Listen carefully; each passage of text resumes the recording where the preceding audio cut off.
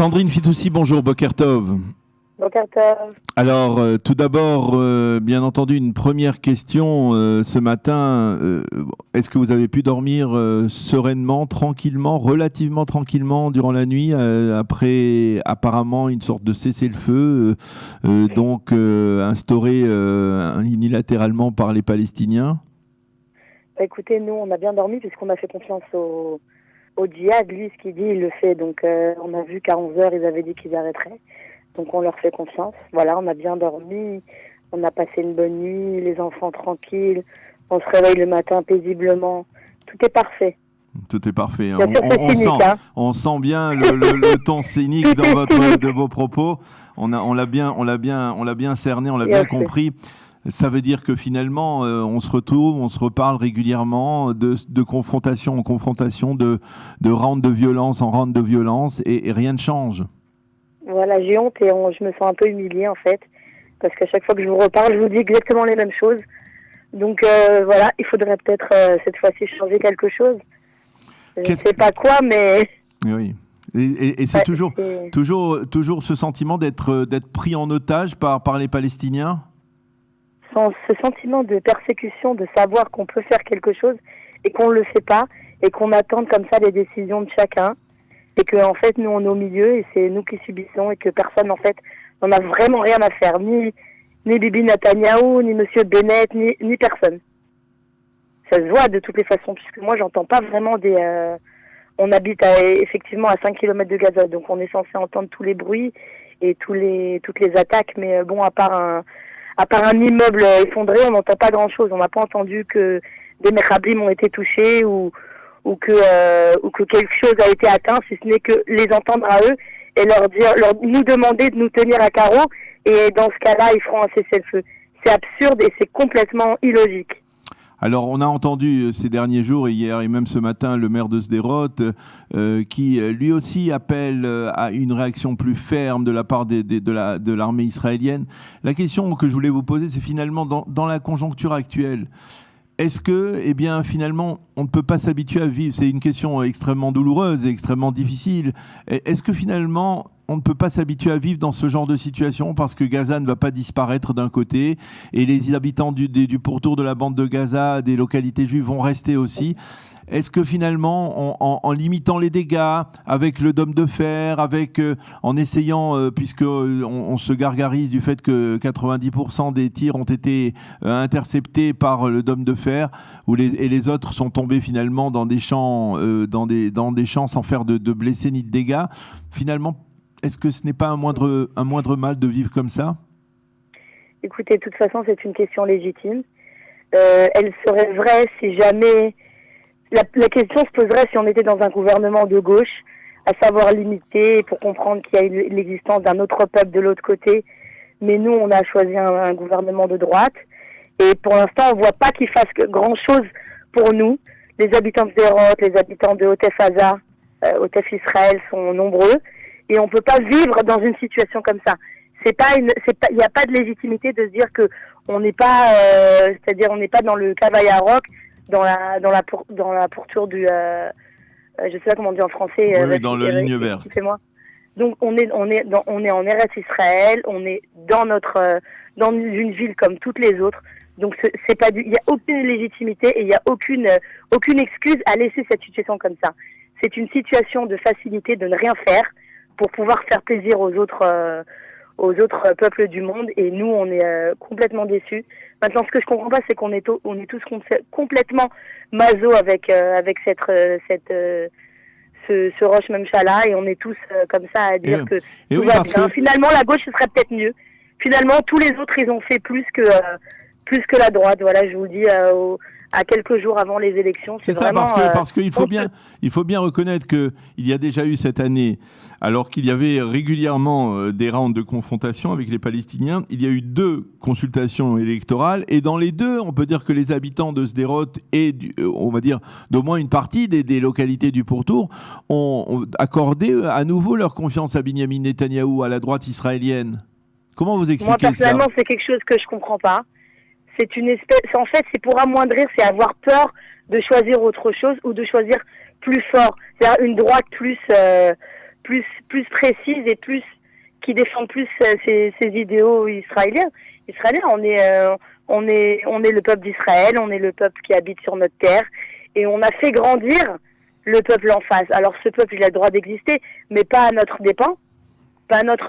Donc moi, personnellement, je ne voterai pas David Netanyahou, j'ai pas besoin de dire pour qui je voterai, mais je fais plus confiance à cet homme-là, et ni à tous les autres de droite. Alors qu'il y a quelque temps, vous lui faisiez confiance, on peut le dire, ou pas? Bah écoutez, une fois que ça se passe, au début je me disais bon, il faut comprendre, c'est compliqué en face, mais finalement, moi je m'en fiche de ce qu'il y a en face. Moi ce que je veux c'est qu'ici on soit tranquille. C'est eux qui se permettent de nous bombarder, on leur a pas demandé de nous bombarder. Il faut toujours être comme on dit, l'adulte intelligent, l'adulte responsable qui les fait calmer, mais c'est du n'importe quoi. Vraiment, c'est du n'importe quoi. Alors là, je vous rassure, je voterai pas la gauche, ça c'est sûr, mais je voterai pour une droite beaucoup plus forte, mais vous voyez, et qui au moins défendra nos idées. Alors, je vais vous renvoyer la balle, puisque le ministre de la Défense aujourd'hui, il est censé être d'une droite plus forte, puisque c'est Naftali Bennett, et lui-même avait critiqué la politique très, on va dire, plutôt passive de Benyamin Netanyahou, de son prédécesseur Avigdor Lieberman, et finalement, on voit que lui aussi, eh bien, il dit, on est à la veille des élections, on ne peut pas tout faire. Comme si, eh bien, finalement, lorsqu'on s'installait dans le fauteuil de ministre de la Défense, eh bien, on voyait les choses autrement que lorsque l'on était, on va dire, ailleurs, dans une simple critique. On peut mieux répondre que lui, parce que lui, il n'habite pas ici, et que lui, nous a prouvé plusieurs fois qu'il a été bogued, qu'il a été traître. Donc, voter pour un traître, moi, je vois pas. Le mettre en tant que ministre de la Défense, encore pire. Je vois pas ce qu'il peut faire de plus. Il a créé un parti où, soi-disant, il devait être la maison juive, et il l'a quitté. Et après, il a requitté. Donc, écoutez, cette salade-là, c'est vraiment une salade. Je pense que chacun pense qu'à soi. Et que, en fait, personne ne pense à vous. Personne ne pense à nous, ça se voit. Maintenant, on va pas parler en tant que, vous savez, je vous l'ai déjà dit l'autre fois, les habitants de Sderot, ils sont pas de réaction à partir et à pleurer et à s'apitoyer sur leur sort. Mais il y a un paradoxe dans ça. Il y a faire confiance à ceux qui nous dirigent, et ça l'est plus. Et il y a aussi vivre bien ici, parce qu'on sait aussi qu'on a une vie belle et sympathique, mis à part tout ça. C'est quelque chose qu'on peut pas expliquer, faut le vivre. Oui. Faut le vivre, mais eux, ils nous enlèveront pas notre force et notre amour pour notre terre.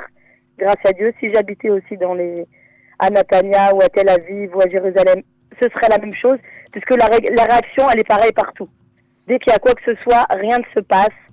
La réaction est minime, à savoir, nous allons faire quelque chose pour vous. Rien ne se passe. Tout redevient normal. Voilà, là, on a 2 jours. Je pense qu'aujourd'hui, ça va être terminé parce qu'on a l'habitude. Ils vont pas faire à la veille des élections une guerre contre Gaza, ça c'est sûr. S'ils l'ont pas fait jusqu'à aujourd'hui, je vois pas pourquoi ils le feront. Donc demain, on va revenir encore dans la chigra, c'est-à-dire dans la rengaine. Voilà. Et puis on va renvoyer nos enfants à faire des séances de psychologues. C'est ça, parce que je pense, je le dirai tout à l'heure dans la revue de la presse israélienne de ce matin, on parle beaucoup des enfants, effectivement. On les a vus en plein milieu d'une fête, arrêter la fête parce que en raison d'une alerte rouge. Oui, j'y étais. Moi aussi. Vous y étiez à cette fête. Donnez-nous un peu le sentiment. Qu'est-ce qu'ils ressentent, ces enfants? Parce que c'est vrai que les adultes, eh bien, on a la capacité de critiquer, mais les enfants, eux, ils ont beaucoup plus de mal à critiquer. Ils doivent exprimer d'une certaine manière peut-être leur peur ou leurs inquiétudes d'une autre manière. Comment ils réagissent? Les enfants, en fait, ils n'ont pas l'impression qu'on s'occupe d'eux vraiment.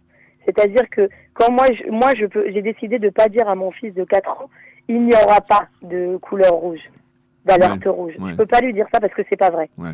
Donc on est toujours obligé de trouver quoi dire au moment voulu, mais eux, j'ai l'impression, parce que j'ai tous les âges, moi chez moi, j'ai la nette impression qu'ils ont compris qu'à chaque fois, on leur annule tout leur kiff en fait. Tout est annulé, c'est-à-dire que quand c'est pour qui, voilà, il y a un tioul aujourd'hui de mon fils à l'école, il a été annulé. Évidemment. Hier, il devait aller au Hermon, ça a été annulé. À chaque fois, il y a des annulations. Alors, ils se posent des questions et ils disent, mais On comprend pas, il y a rien à faire. C'est ce qu'ils me demandent mes ados. Il y a rien à faire, il y a pas quelque chose à faire au lieu de nous annuler tout ça. Ouais. On est obligé d'aller dans un kibboutz loin, à kibboutz de Roth pour aller faire la hartara des filles de terminale parce qu'il n'y a pas de salle qui est adéquate à Sderot. Donc ils vivent comme ça. Maintenant, ils vivent pas mal. Je dirais pas qu'ils vivent mal parce que ils ont toutes leurs habitudes. Chacun il habite dans sa ville, donc c'est comme ça. On voit pas ce qu'il y a chez les autres, mais ils ont la réelle impression que personne ne fait rien pour eux, y compris nous. Peut-être que plus tard ils me diront, ils viendront vers moi et leur diront excuse-moi, t'as pas fait grand-chose pour moi, tu nous as pas emmenés ailleurs. Ouais. Alors si j'ai quelqu'un qui me demande ça, je leur dirais mais pour aller où? De toutes les façons, on a le gouvernement qu'on a et ce qu'on vit nous, c'est rien. Je parlais de ça avec mes belles-sœurs Shabbat, c'est rien par rapport à ce qui se passe dans les shtachim. Comment on dit les shtachim, oui, Daniel? Dans les implantations. Dans les implantations, ils vivent ça tous les jours ils se prennent des pierres. Moi je les sens vraiment courageux. Moi je pourrais pas vivre dans une situation comme ça. Mm-hmm. Et quand ils me disent et toi tu dis ça alors que tu habites à Sderot, c'est complètement absurde. Mais en fait on a tous le même problème. Le même problème, c'est d'avoir laissé grandir par notre biais, c'est nous, c'est le peuple d'Israël qui a fait c'est le gouvernement israélien qui a fait grandir ces gens-là, qui leur a donné des armes et qui leur a donné la légitimité d'être sur notre terre au lieu de leur dire dehors. Mais aujourd'hui dire dehors, c'est extrémiste. Mm-hmm. C'est complètement extrémiste. Tout le monde maintenant se retourne contre par exemple Ben Gvir à dire qu'il est extrémiste, qu'il passera pas. Mais finalement, si tout le monde pense vraiment comme moi, mais on est toujours comme ça, un peu, excusez-moi du terme, sadomaso, à dire non, il faut voter Bibi parce que c'est la meilleure des choses. Mais regardez ce qu'il nous a fait Bibi, qu'est-ce qu'il nous a fait? Je vous en prie. À part nous avoir fait perdre les allocations familiales et nous avoir fait grandir au niveau économique, mais au niveau personnel, l'Israélien moyen ne vit pas bien. Donc pourquoi on a peur pourquoi on vote pour lui encore? J'arrive pas à comprendre. Moi, je suis devenue vraiment vraiment contre et déçue. Et il y en a beaucoup comme vous à Sderot? Mais bien sûr qu'il y en a beaucoup comme moi, mais tout le monde me répond la même chose. Oui, mais il n'y a pas le choix, il y a la gauche. Mais la gauche, elle, au moins, elle est rentrée à Gaza. Alors peut-être qu'elle n'est pas rentrée dans les conditions qu'on voulait, peut-être qu'ils n'ont pas été jusqu'au bout. Mais au moins, ils l'ont fait. Ils l'ont fait et je vous rappellerai qu'à chaque fois qu'on a dit ils vont rendre des territoires, celui qui a reçu à son premier mandat, il avait déjà donné Hebron, monsieur Bibi Netanyahou. Alors que la veille, il avait dit non, c'est un papier signé pas par moi, ce sera jamais fait. Le lendemain des élections, c'était fait. Alors vraiment que tout le monde se réveille là et que se dise que l'époque de Netanyahou elle est terminée. Et s'il n'y a pas quelqu'un de droite qui est capable de remonter ça, alors on va attendre le Mashiach. Ouais.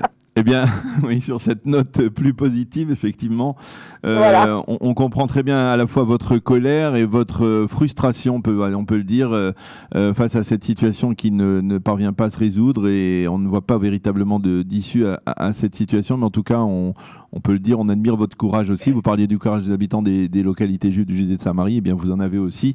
Merci beaucoup encore, Sandrine, d'avoir accepté de nous parler ce matin et on vous souhaite une journée de calme, de sérénité et un bon mois, un Chodesh Tov de mois d'Adar qui soit véritablement un mois de joie et de bonheur pour vous et pour les habitants de Sderot et de la région. Merci beaucoup. Chodesh Tov. Chodesh Tov, bye bye.